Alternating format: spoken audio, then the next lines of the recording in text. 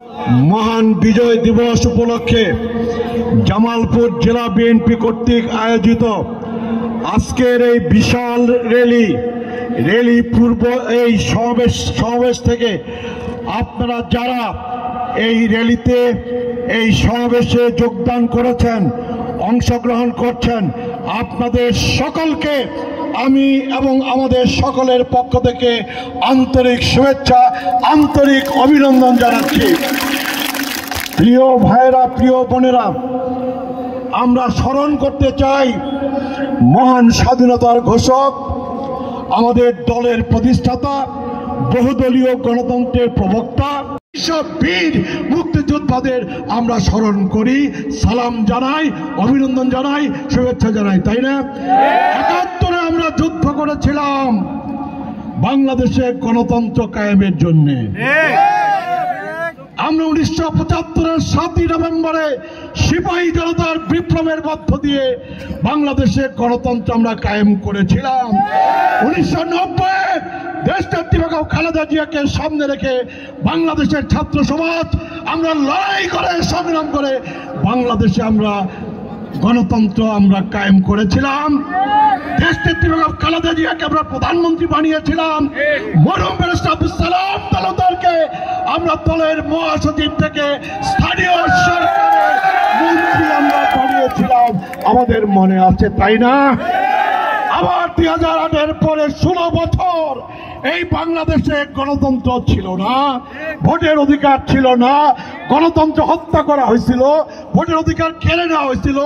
আমরা দেশনেত্রী বেগম খালেদা জিয়ার নেতৃত্বে, জনাব তারেক রহমানের দিক নির্দেশনায় ১৬ বছর ধরে লড়াই করে, সংগ্রাম করে, জীবন দিয়ে, খুন গুম মোকাবেলা করে, হামলা মামলা নির্যাতন সহ্য করে আমরা জুলাই আগস্ট মাসের প্রেক্ষাপট আমরা তৈরি করেছিলাম।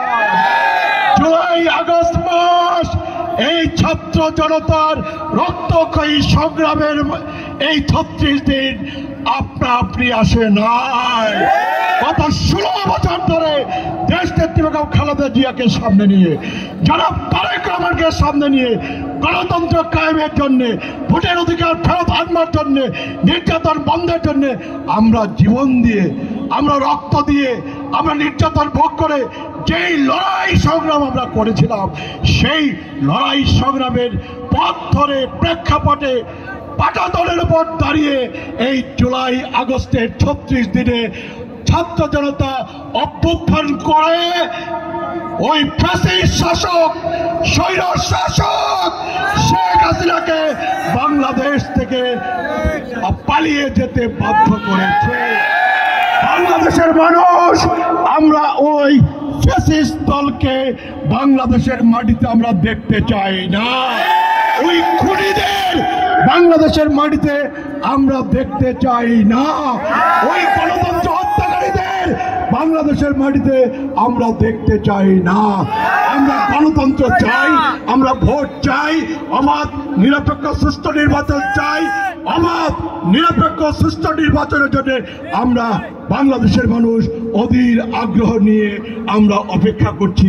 আমরা আশা করি ডক্টর মোহাম্মদ ইউনূসের নেতৃত্বে আমাদের সমর্থন পুষ্ট জুলাই আগস্টের রক্তক্ষয়ী অভ্যুত্থানের মধ্য দিয়ে গঠিত ডক্টর মোহাম্মদ ইউনূসের নেতৃত্বে অন্তর্বর্তীকালীন সরকার প্রয়োজনীয় সংস্কার স্বল্পতম সময়ের মধ্যে শেষ করে বাংলাদেশে অবাধ নিরপেক্ষ সুষ্ঠু নির্বাচন অনুষ্ঠানের ব্যবস্থা করবেন, সেই আশা পোষণ করে আপনাদের সবাইকে নির্বাচনের আগে, নির্বাচনের পরে সজাগ থাকবেন, সতর্ক থাকবেন। দলকে রক্ষা করতে হবে, দলকে হেফাজত করতে হবে, দেশকে রক্ষা করতে হবে, দেশকে হেফাজত করতে হবে।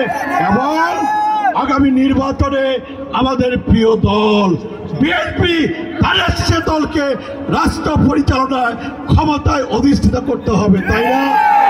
আপনাদের সবাইকে ধন্যবাদ দিয়ে আমার বক্তব্য শেষ করলাম। আল্লাহ হাফেজ।